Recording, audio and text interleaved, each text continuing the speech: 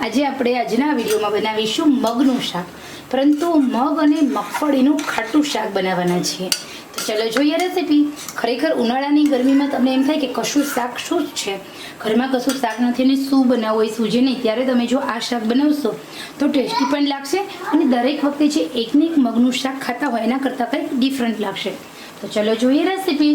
રેસીપીનો video પસંદ આવે તો દિલથી લાઈક કરો, શેર કરો, સબસ્ક્રાઈબ કરો અને આવી જ રીતે નવું મગનું શાક બનાવો. આજની જે રેસીપી છે એમાં આપણે બનાવવાના છે ખાટા મગ. ખાટા મગ બનાવવા માટે અહીંયાથી આપણે પહેલાં મગને બાફી લેવાના છે. આવી રીતે મગ બફાઈ જાય એટલે એક વાટકી મગ હોય તો સામે અડધી વાટકી જેટલું આપણે દહીં લેવાનું છે અને અડધી વાટકી જેટલું મગફળી છે એનો ભૂકો લેવાનો છે. મગની અંદર જ્યારે તમે આ મગફળીનો ભૂકો ઉમેરશો ત્યારે તમારી આ સબ્જી બહુ ટેસ્ટી બને છે. ખાટા મગનું શાક તો આપણે દરેકના ઘરમાં બનતું જ હોય છે, પરંતુ જો હું અહીંયા કહું છું એવી રીતે તમે મગનું આ શાક બનાવશો તો નાના મોટા સૌ કોઈને ભાવશે.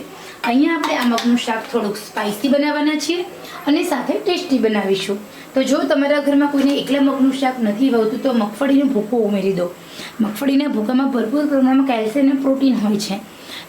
તમારું શાક સર્વશ્રેષ્ઠ બનશે, હેલ્ધી બનશે અને સાથે ટેસ્ટી પણ બનશે. ચલો જોઈએ રેસીપી. તો હવે આ મગ અને મગફળીના દાણાનું ખાટું શાક બનાવવા માટે સૌથી પહેલાં અહીંયા આપણે લેવાનું છે તેલ. એક કઢાઈ લેવાની છે. મગ આપણે ટોટલી બાફેલા છે, ઓકે, અને એ પણ પ્રવાહી ફોર્મમાં થોડા વધારે ચડેલા હોય એવા બાફવાના છે. અહીંયા આપણા મગ છે એને મસ્ત રીતે મેં બાફી લીધા છે. સાથે સાથે અડધી વાટકી ખાટું દહીં લીધું છે. દહીં ઘરનું જ છે. દહીં સહેજ અમથું ખટાશવાળું છે. તેલ આપણું ગરમ થશે એટલે સરસ રીતે આપણે વઘાર કરીશું. તો અહીંયા પહેલાં ચેક કરીશું પ્રોપર આપણું તેલ ગરમ છે કે નહીં. ના, હજી મારું તેલ પ્રોપર ગરમ નથી. જ્યારે તેલ ગરમ થશે એટલે આપણે શાકનો વઘાર આગળ કરીએ. તો હવે અહીંયા આપણું તેલ એકદમ મસ્ત ગરમ થયું છે. ત્યારે આપણે થોડી રાઈ ઉમેરી દેવાની. રાઈ છે ને એનું તડતડ બંધ થાય ને, એકદમ પ્રોપર રાઈ ફૂટવી જોઈએ. રાઈનું તડતડ બંધ થાય એ પછી આપણે એમાં જીરું ઉમેરી દેવાનું છે. જીરું ઉમેર્યા પછી ગેસની આંચ એકદમ સ્લો કરવાની છે, કારણ કે હવે આપણે એમાં ઉમેરવાનું છે હળદર. હળદર ઉમેર્યા પછી આપણે દહીં ઉમેરવાનું છે. જો ગેસની આંચ સ્લો છે તો દહીં ફાટી જશે. દહીં ઉમેર્યા પછી આપણે મગ ઉમેરી દેવાના છે. મગ ઉમેર્યા પછી મગફળીનો ભૂકો એડ કરવાનો છે. આપણે અહીંયા તમે જોઈ શકો છો કે આપણે જે દહીં ઉમેર્યું ત્યારે ગેસની આંચ મીડિયમ કરીશું, કાં તો આપણું દહીં ફાટી ન જાય એટલા માટે.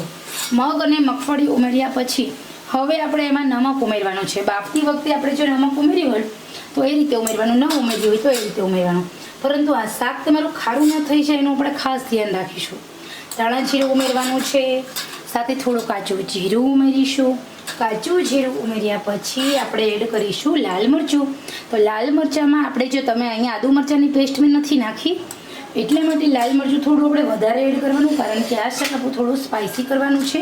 અને સાથે આપણે થોડો ગરમ મસાલો ઉમેરી જ દેવાનો છે, ઓકે. ગરમ મસાલો કોઈ પણ લઈ શકો છો. અને હવે આપણે સરસ રીતે હલાવી દઈએ. તો અહીંયા સરસ મજાનું આપણું આ ખાટું શાક સરસ મજાનું રેડી છે.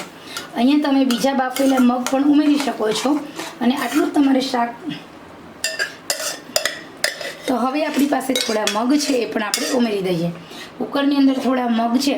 આ થોડું ઢીલું શાક કરી શકો છો. રસાવાળું કરવું હોય તો થોડું પાણી ઉમેરી દો. બાકી જો આટલો જ રસો રાખવો હોય તમારે તો તમે આ શાકને આમે થોડી વાર માટે ચડવા દો. તો ખરેખર ખૂબ જ ટેસ્ટી, સ્વાદિષ્ટ, મજેદાર એવું આપણું આ શાક ખાવામાં મજા આવે એવું બને છે. તો થોડી વાર માટે એકદમ મીડિયમમાં છે, તેલ છૂટું ન પડે ત્યાં સુધી આપણે આ શાકને ચડવા દેવાનું છે.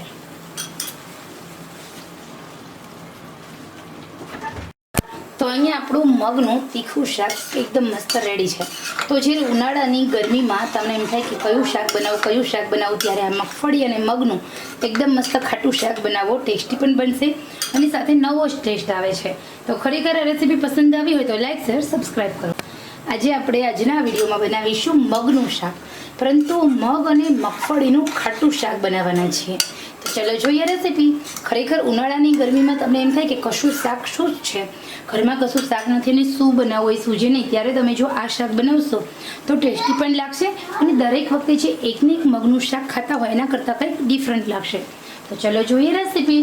રેસીપીનો વિડીયો પસંદ આવે તો દિલથી લાઈક કરો, શેર કરો, સબસ્ક્રાઈબ કરો અને આવી જ રીતે નવું મગનું શાક બનાવો.